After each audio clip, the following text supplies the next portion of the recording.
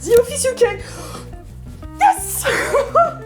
Ah, ça c'est cool. Oh putain, je me suis préparée et puis là je sais plus rien. Donc je suis très très heureuse de vous pitcher The Office parce que c'est une de mes séries préférées. Si je dois faire un top 10, il serait dans le top 10. Je l'ai vu des milliers de fois. Une des meilleures séries qui ait jamais été faite au monde, je pense. C'est d'un niveau extrême. C'est une perfection, The Office. Alors, je précise de quelle version je vais parler. C'est la version anglaise. Il y a eu tellement un gros succès sur cette série en Angleterre. Ça fait des chiffres d'audience incroyables. Tous les acteurs et actrices de la série sont devenus des stars après. Et en fait, c'est un format qui a donné envie à plein de pays. Et il y a eu bien sûr la version américaine avec Steve Carell qui a été très très très connu et il y a eu beaucoup plus de saisons. Je sais que la version américaine il y a un très très grand succès, il y a beaucoup de fans. Ça m'énerve presque parce que je trouve que la version américaine a pris des proportions qui ont éclipsé la version anglaise qui est la version originale. Moi je l'aime beaucoup moins, je l'ai pas encore vu en entier, mais je l'aime beaucoup moins, j'aime beaucoup la version anglaise que très très peu de personnes ont vu. Alors que c'est la première version et c'est eux qui ont tout créé et il faut regarder la version anglaise. Vous avez en tout 14 épisodes donc ça se regarde très vite. Par où commencer, mon Dieu? Alors, l'histoire de The Office, c'est qu'il n'y a pas d'histoire.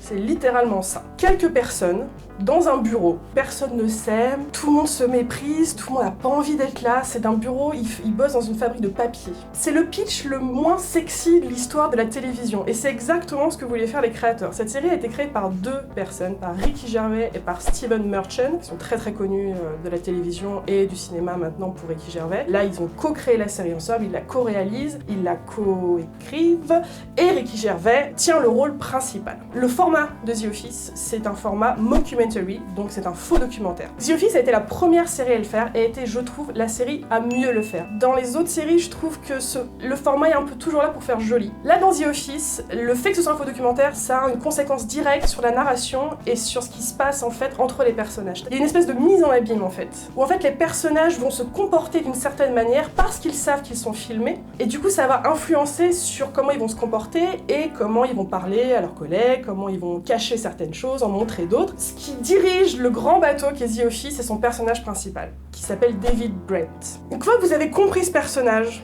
vous allez comprendre le reste de la série. Quand on commence cette série, on voit qu'il y a un souci avec ce personnage, mais on sait pas vraiment ce que c'est. Pour le décrire, je dirais que j'ai jamais vu un personnage qui n'ait autant conscience du regard que les autres ont sur lui. Il a envie de montrer au monde qu'il est extraordinaire, alors qu'il ne l'est pas forcément. Déjà, quand il n'y a pas de caméra qui le suivent, on peut imaginer que c'est un garçon qui fait toujours très attention à ce que les autres pensent de lui, à toujours essayer de se mettre en avant, d'être le plus aimé, le plus apprécié, le plus admiré. Si en plus vous rajoutez une caméra qui suit ses moindres mouvements, on voit que c'est son heure de gloire à ce personnage-là. Et en fait, il y a un décalage complètement immense entre l'importance qu'il se donne à lui-même et la personne qu'il est, puisqu'il n'est pas une très très bonne personne, David Brent. Il n'est pas très intelligent, il n'est pas très fin, il est un peu beaucoup raciste, il est un peu beaucoup sexiste, il n'est pas méchant, mais on va dire qu'il a un peu tous les petits défauts qu'on donne à plein de gens, et en fait en essayant de se montrer, de se mettre sur un piédestal, ça met encore plus en valeur tous ses défauts en fait. Ça donne un personnage absolument fascinant à regarder, et surtout extrêmement gênant. La gêne, dans l'écriture de Ricky Gervais et de Stephen Merchant, elle est toujours là, c'est-à-dire que dans chaque épisode de The Office, vous pouvez pas regarder l'épisode, vous vous cachez les yeux en fonction de ce qu'il va dire,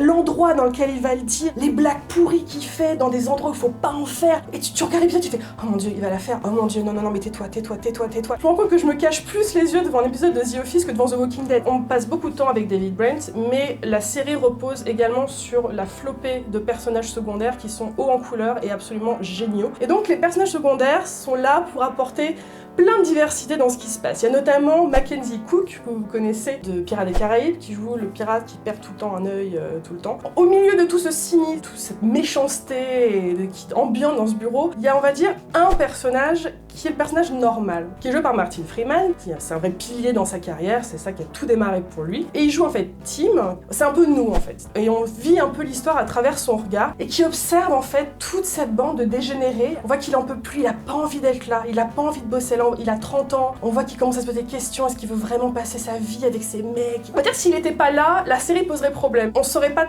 vraiment si la série cautionne les propos que les gens ont, mais parce que Tim est là, et parce qu'il nous regarde, il fait carrément des regards caméra. Les regards caméra de Martin Freeman sont assez magiques, et parce que lui il est gentil, on voit que c'est une bonne personne, qui a des bonnes valeurs, on sait qu'on peut lui faire confiance, et on sait que c'est lui qu'il vaut mieux écouter, et il met en fait en valeur encore plus la stupidité et la méchanceté des autres. C'est un personnage secondaire secondaire mais qui déclenche tout en fait. Et il apporte aussi l'aspect romantique de The Office, parce que là, depuis ce que je vous dis depuis le début, vous allez peut-être pas vous en rendre compte, mais dans The Office, il y a la plus belle histoire d'amour de l'histoire de la télévision. Rangez Buffy et Angel, vous pouvez oublier tout ça. Dans The Office, il y a Tim et Dawn. C'est la réceptionniste. Elle est un peu comme Tim dans le sens où elle a pas envie d'être là. Elle se pose des questions sur l'avenir, elle veut être artiste, mais elle peut pas. Et on voit que dès le premier épisode, qu'il y a quelque chose qui se passe entre elle et Tim. Et toute la question de la série, est-ce que Tim et Dawn vont terminer ensemble? C'est un procédé qui est là depuis très très longtemps. Il y a eu plein de séries qui l'ont fait, mais il y a une espèce d'honnêteté, de romantisme extrême en fait entre ces deux personnages qui est incroyable à regarder. Il n'y a pas de baiser, il n'y a pas vraiment de grandes déclarations. On est dans une série anglaise, c'est beaucoup plus subtil parce qu'ils sont filmés.